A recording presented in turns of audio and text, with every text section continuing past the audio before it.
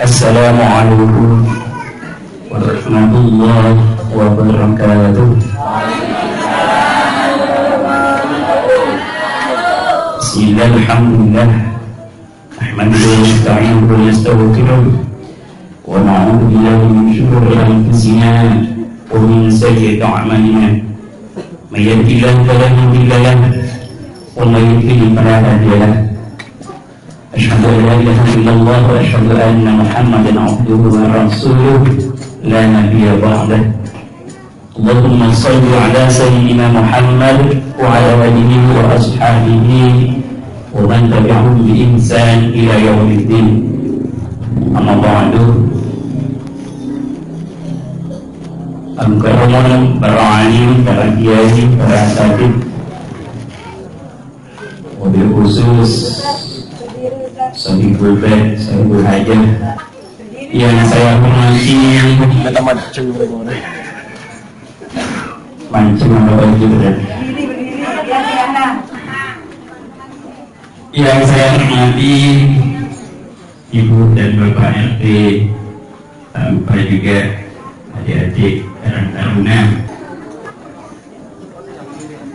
pemuda harapan bangsa, pemuda harapan agama, pemuda harapan pemudi. Ini pemudanya senang pengajian. Insya Allah buat pemudi yang ada di sini yang namanya Dilan Aliando lewat. Karena yang mereka nggak senang pengajian. Anak-anak taruna senangnya pengajian. Jadi lewat ya. Ibu bapak yang dimuliakan oleh Allah,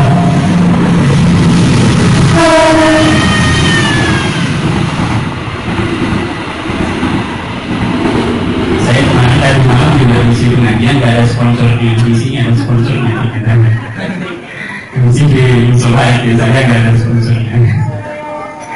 Ibu bapak yang dimuliakan oleh Allah, adik-adik pemudi dengan taruna dan mas-masnya. Ini mas-masnya saya taruh tadi, saya panggil mbaknya dulu. Karena terus terang, ya ibu-ibunya saya dulukan ketimbang bapak-bapaknya. Terus terang sampai hari ini saya pernah mencintai bapak-bapak ya. Karena ibu-ibunya saya dulukan. Ya. Dan saya doakan mudah-mudahan nanti pada malam hari ini panjang umur, berkah hidupnya, banyak rezekinya, yang banyak sakit mudah-mudahan diberikan kesembuhan, yang banyak hutangnya mudah-mudahan ada nasi hutangnya. Yang akhirnya kita ketahuan hutangnya orang-orang. Bapak-bapak nggak ada yang karena nggak tahu ya, ibu-ibu yang hutang gitu ya, bapak-bapaknya nggak peduli ya, hutangnya banyak apa enggak, udah habis atau bapak nggak peduli, ibu-ibunya yang tolongin hutang itu kue banyak. Amin, mudah-mudahan ya dapat rezeki dari Allah segera terlunasi. Malam hari ini kita memperingati Isra Mi'raj Nabi Muhammad SAW. Bu, sebelum lanjut, ini minta yang panjang apa yang pendek ini? Pak, ini Pak Ibu minta yang panjang dong Pak. Padahal Pak ya, walaupun beda yang penting masuk Pak ya. Maksudnya ilmunya Bu, nanti faedahnya memberikan ilmu nggak masuk-masuk ya. Oke, memperingati Isra Mi'raj Nabi Muhammad SAW. Isra Mi'raj, ya setiap tahun kita ulang dan ulang ini untuk mengingat dunia, adalah sebuah perjalanan Nabi Muhammad dari Masjidil Haram ke Masjidil Aqsa. Masjidil Haram ke Masjidil Aqsa, kalau ditempuh perjalanan zaman Nabi Muhammad dulu, jalannya berangkatnya butuh waktu 1 bulan, pulang balik butuh waktu 1 bulan, 2 bulan. Itu pun ditambah setelah nyampe di Masjidil Aqsa, Nabi Muhammad naik ke atas langit sampai langit ke-7, terus ke Sidratul Muntaha bertemu dengan Allah dalam waktu 1 malam. Bayangin, Masjidil Aqsa, Masjidil Haram, Masjidil Aqsa aja butuh waktu 2 bulan Nabi Muhammad hanya butuh waktu dan sampai 1 malam, 1/4 malam sudah balik lagi ke tempat tidurnya. Wah, itu hal yang mustahil bagi yang tidak percaya, bagi yang beriman. Bagaimana dengan kita? Mustahil kalau dipikir kayaknya. Tapi harus percaya dan yakin bahwa kejadian itu benar terjadi adanya. Kalau enggak, maka kita sudah murtad, kita sudah keluar dari Islam. Gak masuk akal. Padahal Allah sudah jelaskan di dalam Al-Quran, kalau manusia mau menggunakan akal pun, perjalanan Isra Mi'raj yang ditempuh Nabi Muhammad dalam waktu 1 malam bisa dibuktikan dengan ilmu pengetahuan. Dari Masjidil Haram ke Masjidil Aqsa jaraknya 1.500 km. 1.500 km kalau kita hitung. Bisa nggak ditempuh oleh Nabi Muhammad sebegitu cepatnya? Maka kita lihat ayatnya, sudah dijelaskan oleh Allah dalam ayat Al-Quran surat Al-Isra ayat 1. A'udzubillahi minasyaitonir rajim. Bismillahirrahmanirrahim. Subhanalladzi asra bi 'abdihi lailan minal masjidil haram ila masjidil aqsa alladzi barakna hawlahu linuriyahu min ayatina innahu huwas sami'ul basir. Maha suci Allah yang telah memberangkatkan hambanya. Ayat ini kalau saya jelaskan semua 1 malam nggak selesai. Kalau 1 malam nggak selesai, saya khawatir panitia yang bisa nanti amplopnya nggak cukup gitu. Nanti hilang lagi karena tarunanya. Jadi saya jelaskan satu saja. Jadi Allah sudah jelaskan di situ. Subhanalladzi asra, Maha suci Allah yang telah memberangkatkan abdi hambanya. Jadi Allah memberangkatkan Nabi Muhammad, sudah dijelaskan sama Allah. Bukan Nabi Muhammad berangkat sendiri Masjidil Haram, Masjidil Aqsa, bukan. Jadi itu kuncinya. Wah, ribet Ustaz, tidak mampu ini. Tak kasih contoh yang terjangkau. Tahu semua, mbak-mbaknya tahu semua? Semua? Bilis, ya. Bahasa Inggrisnya bilis. Semua melakukan perjalanan dari Probolinggo ke Surabaya dalam waktu 1 hari itu mustahil kalau dia berangkat sendiri. Tapi dia diberangkatkan oleh saya. Saya ke Surabaya jam 7 pagi, semut ikut di baju saya.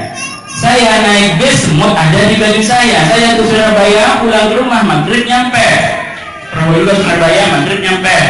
Saya taruh lagi baju saya di kamar saya, kemudian semut turun di kamar, kumpul lagi sama teman-temannya, terus dia kumpulin, ngadakan peringatan Isra Mi'raj, terus pidato, wahai kaum semut, saya tadi siang sudah Isra Mi'raj dari Probolinggo ke Surabaya dalam waktu 1 hari. Percaya nggak semua? Ya nggak percaya, mau sehari Probolinggo Surabaya kamu tempuh, gimana mungkin? Mustahil.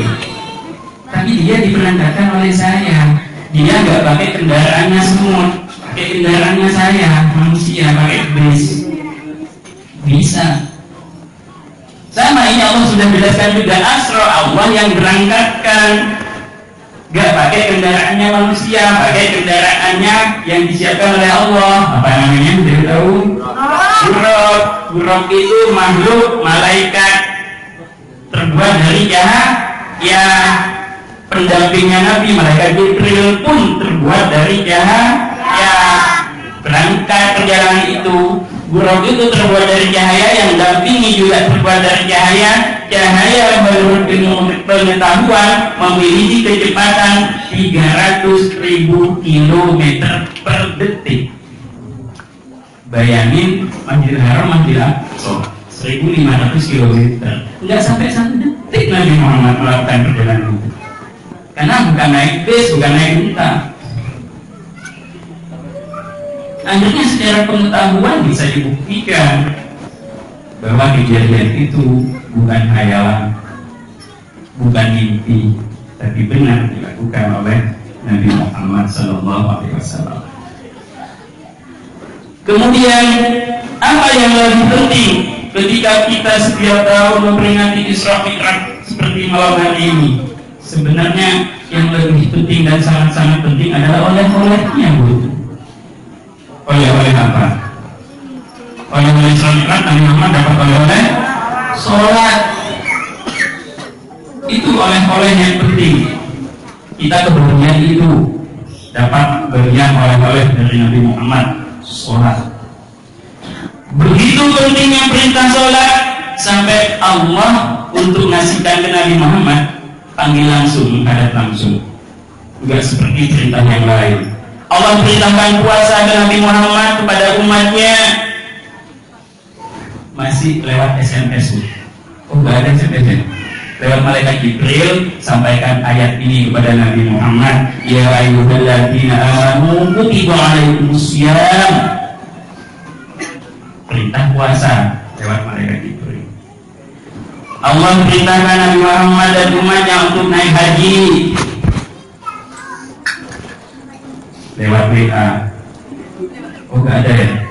Lewat malaikat Jibril nyampaikan ayat wa atimul hajja wal umrata lillah. Tunaikan haji dan umrah karena Allah.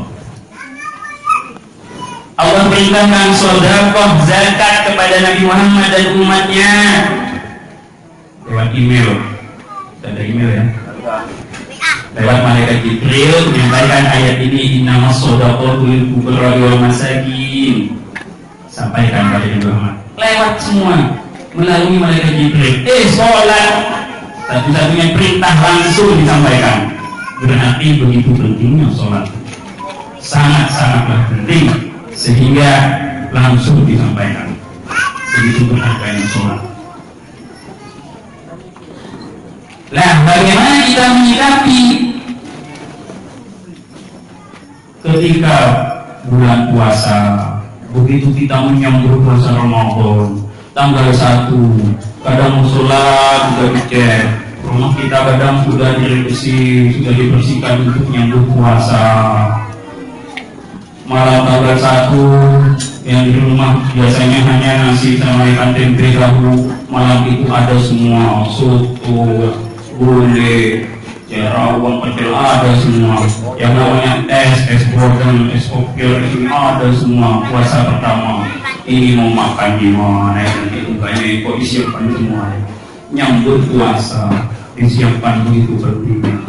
Yang mau haji nabung bertahun-tahun kerja pantang-panting mementingkan ingin naik haji, bertahun-tahun nabung saya ingin naik haji, nunggu panggilan Allah. Padahal tiap hari dipanggil oleh Allah, hayya 'alas shalah. Dipanggil tiap hari, suruh sholat, nunggu naik haji tapi nggak sholat. Puasa Ramadan ditunggu-tunggu tapi nggak sholat. Kan kembali di yang paling penting tadi, sholat.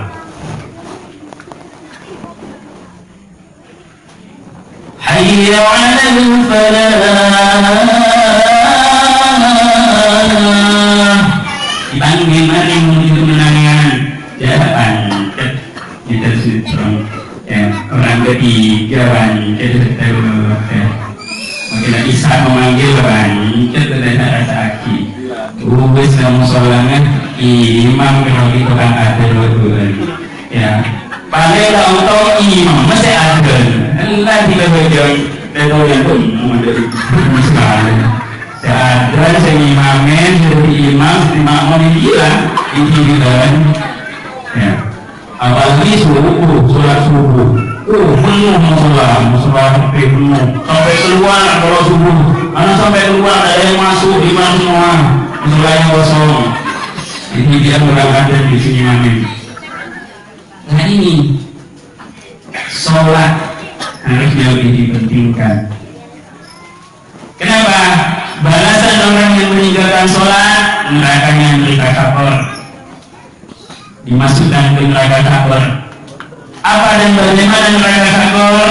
Ketika kita masuk ke neraka sakor, terkelupas kulit kita, hancur lebur tulang-tulang kita, utuh kembali, diutuhkan kembali oleh Allah, dimasukkan lagi, terkelupas lagi kulit-kulit kita, tulang-tulang kita hancur lebur, diutuhkan kembali, masukkan lagi ke neraka sakor.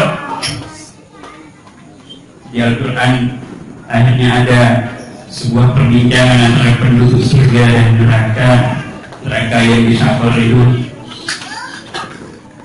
ada sebuah percakapan, pertanyaan dari penduduk surga, masalahkum fi sakor. Hei penduduk sakor, kenapa kamu bisa masuk ke sana? Ditanyain. Mana minal musallin? Kami termasuk orang yang tidak mengerjakan sholat. Kami tidak termasuk orang yang mengerjakan sholat. Jadi meninggalkan sholat, balasannya adalah neraka sakor. Jadi jangan diadani. Naik haji wajib kan kalau punya uang mampu. Uang mampu badan kita ada sehat juga ada wajib. Kalau sholat wajib. Harusnya itu yang bisa kita jaga. Ibu bapak yang dimuliakan oleh Allah. Kemudian dalam perjalanan Isra Mi'raj itu banyak tamsil dan kejadian yang dialami oleh Nabi Muhammad. Ketika Nabi Muhammad sampai di Masjidil Aqsa sama malaikat Jibril, dihidangin minuman, susu, satunya arak. Ya, Nabi Muhammad diberi hidangan sampai di sana susu dan arak. Saya tidak tahu bukan susu, teh juga ada apa dengan. Ya, ini agak dekat ya. Ya, saya beri apa ya? Tadi dikasihnya uang, ibu yang minuman, aku minum, dia aja yang ngambil berkat. Ini siapa yang alas kuning ya? Tengah yang tak kuat kopi, udah susu akan diminum.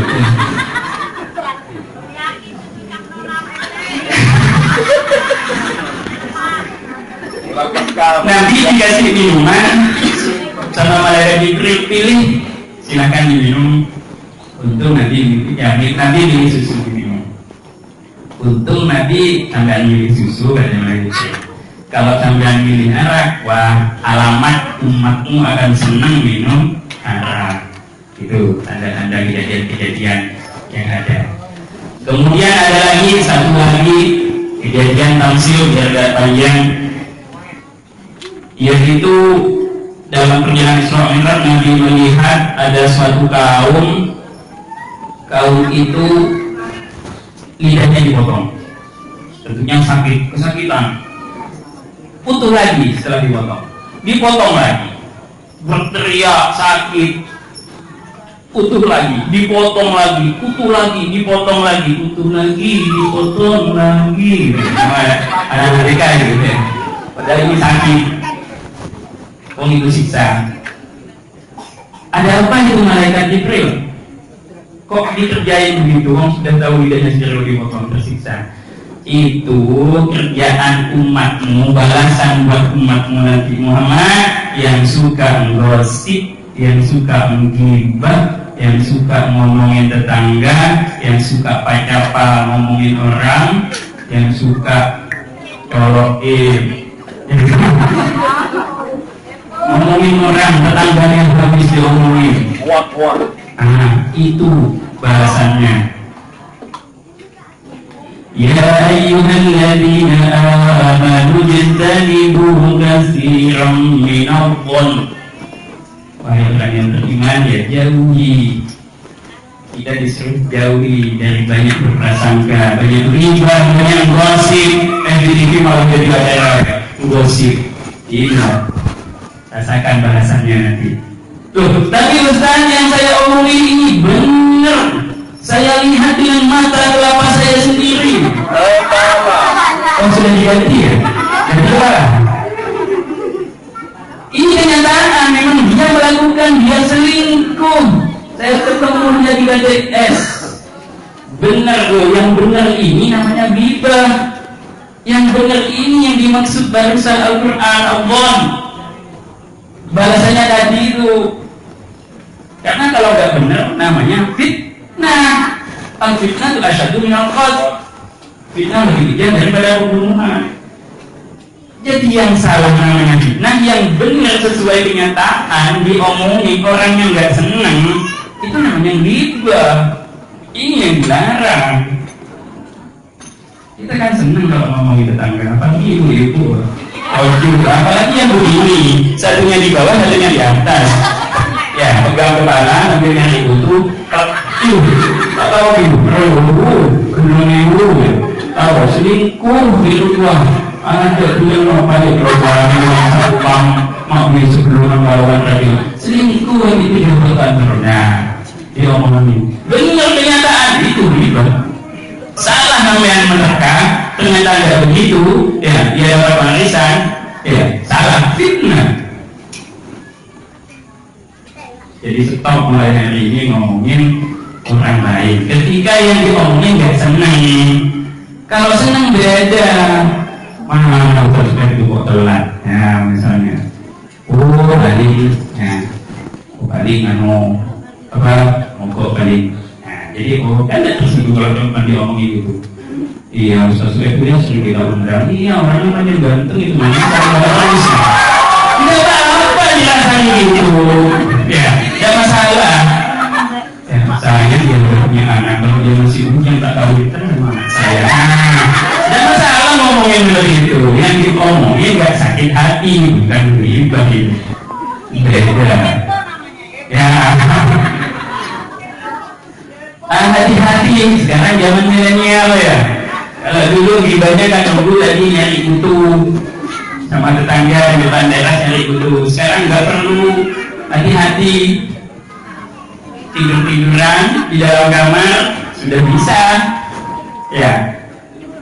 Ada hoax masuk WA, kirim ke temannya, hoax disebarkan. Ini kan ghibah. Ngomongin tetangga, juga hanya tetangga. Kiai diomongin, ulama diomongin, presiden diomongin semua jeleknya. Lewat lagi, badan tiduran, bikin dosa. Gara-gara HP. Jadi HP itu kalau salah yang menggunakan bisa jadi racun. Ada racun? Lawannya racun apa? Madu. Kalau saya suruh milih apa? Milih racun apa milih madu? Apa itu bisa jadi racun? Lawannya racun madu. Kalau saya suruh milih racun apa milih madu? Ibu-ibu milih madu. Ya gak apa-apa Bu, gak apa-apa Ustaz, saya milih madu. Tapi bapak tak racun dulu. Tak racun dulu. Ya. Jadi hati-hati ya dengan HP.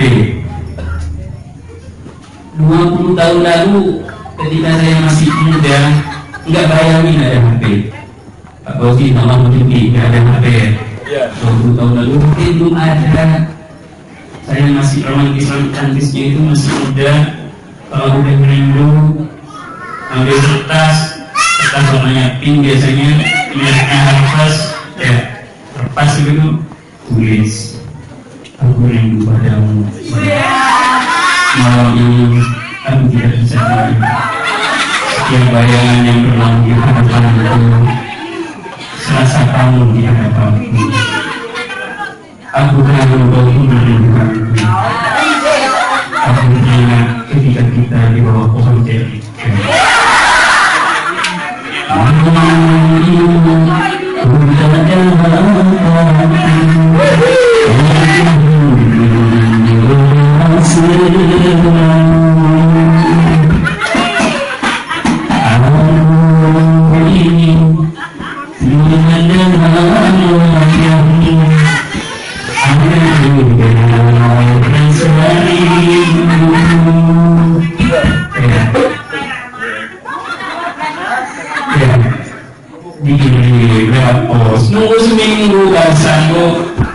kita tidur seminggu ilmu besar ya. Udah Pak Pos lewat ditanya ada surat Pak Pos, sudah ada. Tanya tiap hari.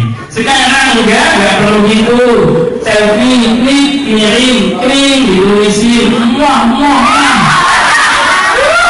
udah tidur ya? Oh mama belum tidur juga. Papa mama, apa ini kamu Papa mama?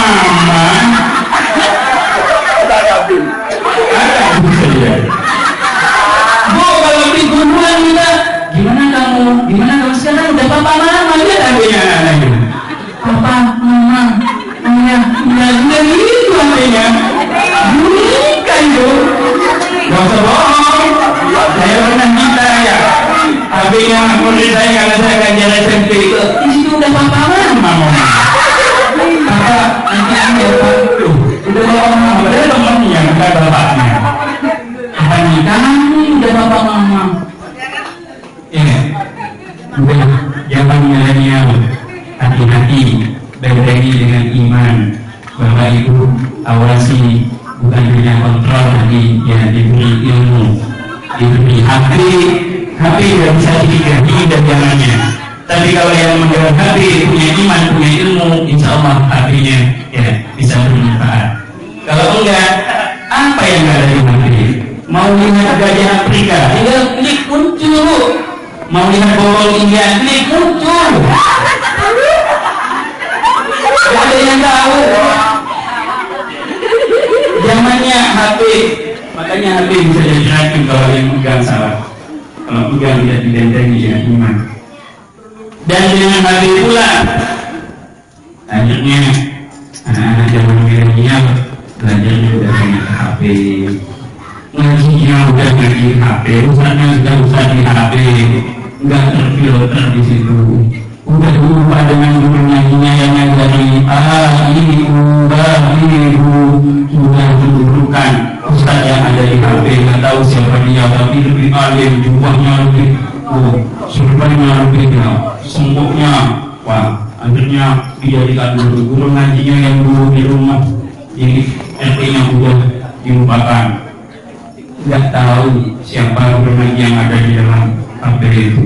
Udah dengan Ramadan nyampe seperti terusan baca Al-Quran, manunya aja ada tahu gurunya siapa lagi.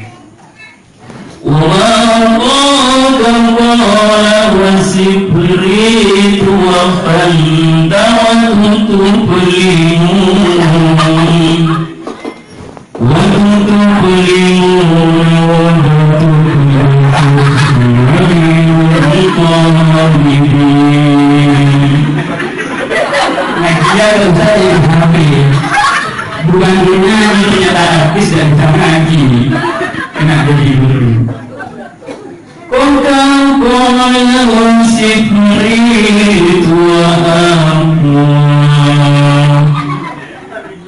Saya guru ngajinya ditinggalin.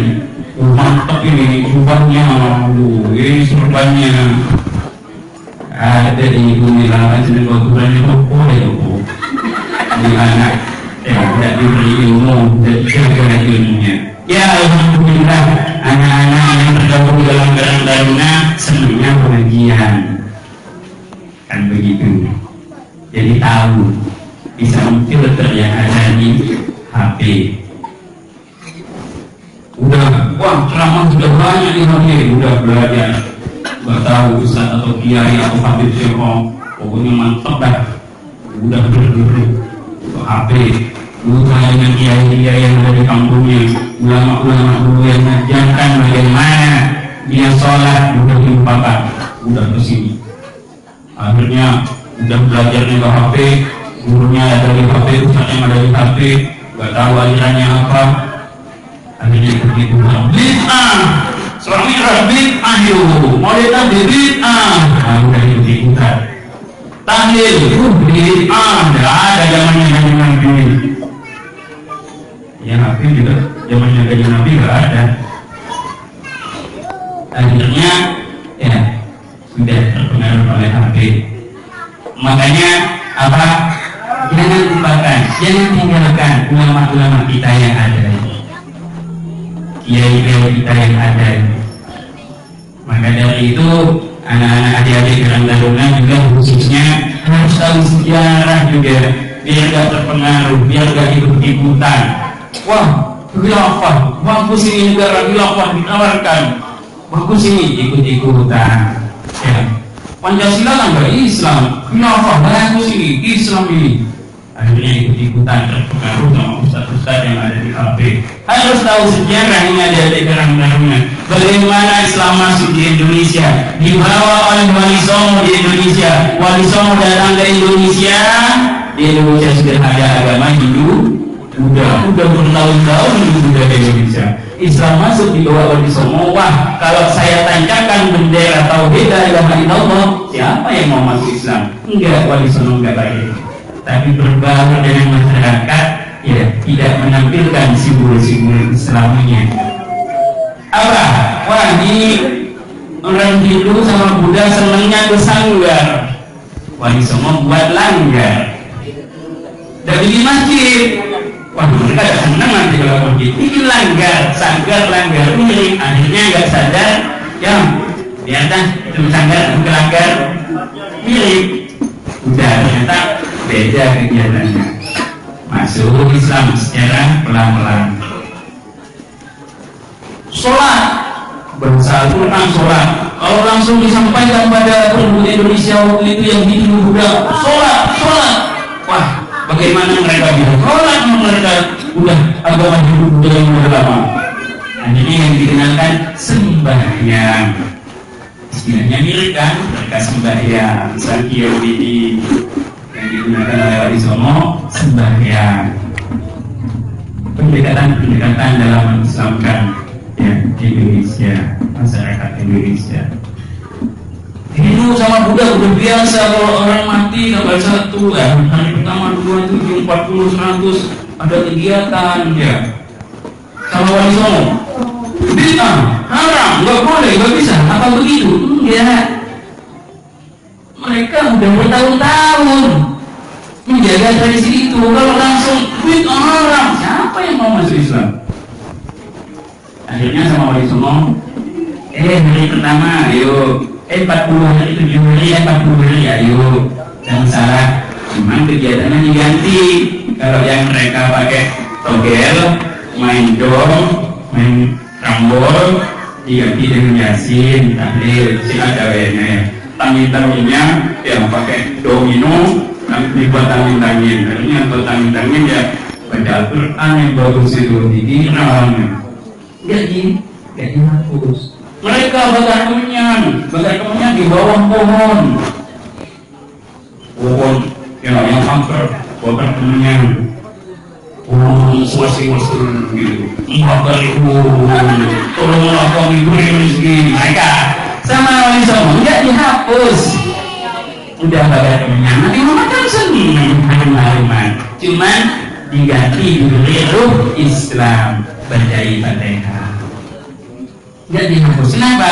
Biar mereka secara pelan-pelan bisa mengikuti agama kita.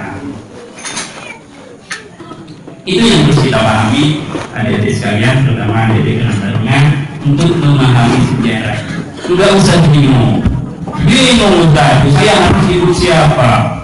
Tidak usah bingung. Lihat ulama yang sudah ada organisasi yang ikut berjuang di dalamnya. Ulama yang ikut berjuang mendirikan Indonesia. Ulama yang ikut bikin Pancasila. Ulama yang bikin revolusi jihad, itu Mas Ani Surabaya, jihad perang lawan Belanda, jihad itu resolusi jihad, itu Mas Ani. Ikut ulama-ulama yang itu biar tidak tersesat. Jangan ikuti HP, nanti janjinya kayak tadi ya. Coca-Cola, Supri Pantai ya.